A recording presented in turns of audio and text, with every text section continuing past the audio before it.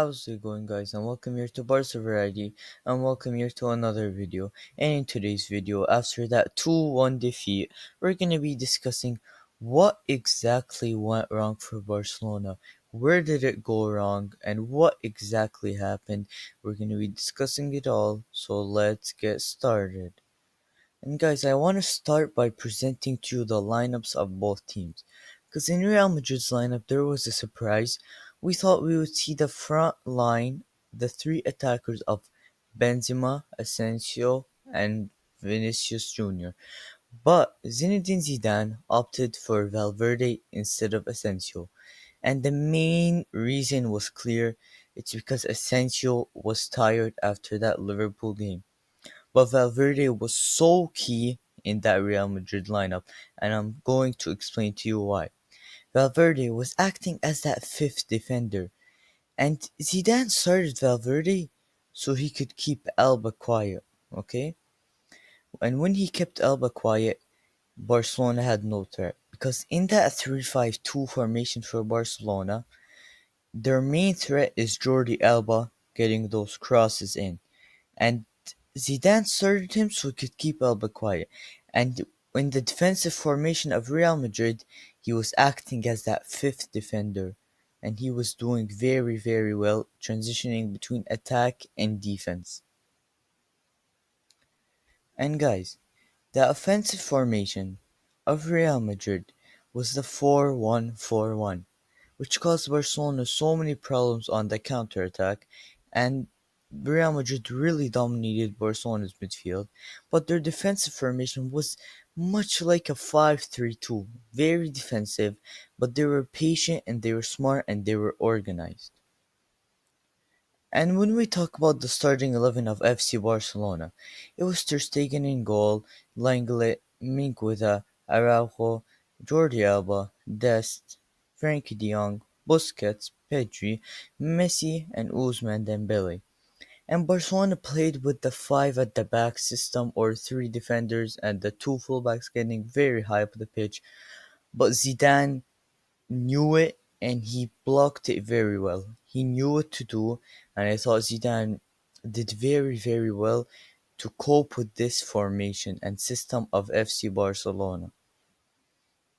And guys, Ronald Koeman's message was clear when he brought out Antoine Griezmann and brought in Araujo, that he wanted 3 midfielders, not 2.5 midfielders with Frenkie de Jong transitioning between the defense and midfield.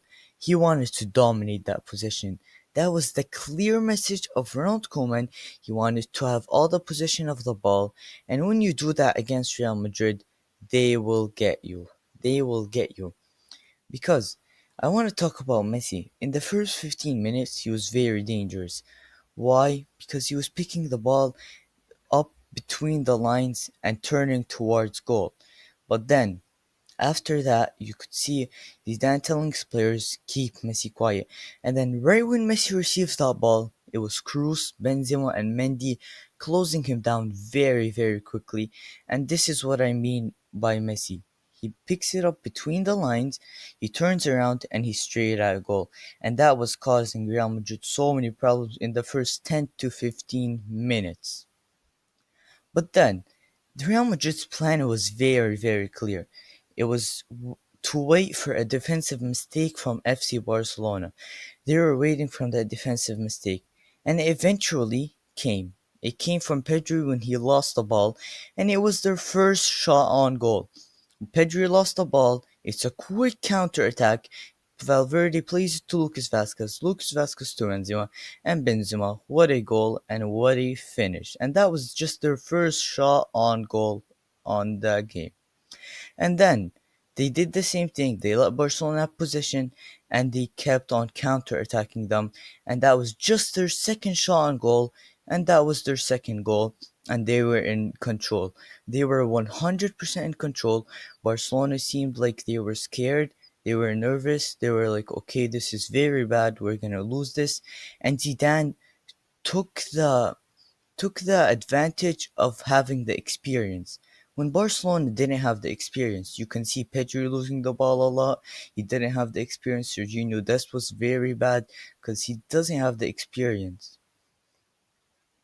But Barcelona were dominating possession, but Real Madrid found the spaces.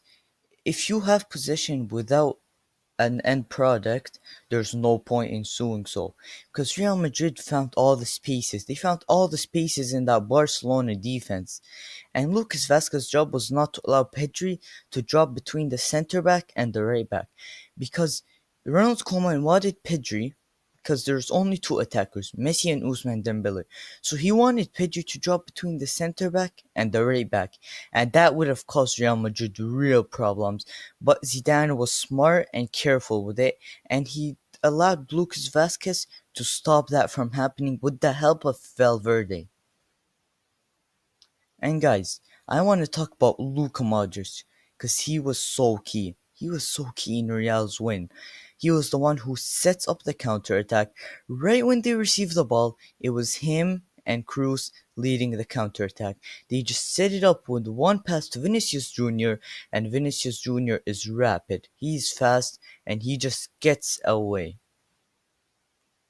And guys, I want to talk about Ousmane Dembele, because Dembele could have done so much better. He could have done so much in this El Clasico. I'm not blaming him for this loss. He was brilliant versus Real Valladolid, but he was making the wrong decisions. You could see he was nervous.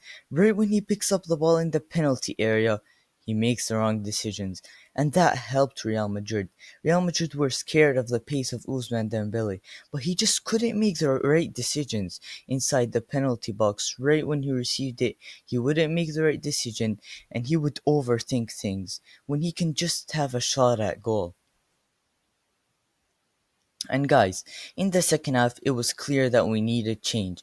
So Ronald Koeman did bring change. It was the exact same lineup, but one man went out. It was Serginho Dest who went out, and then we switched to a 4-3-3.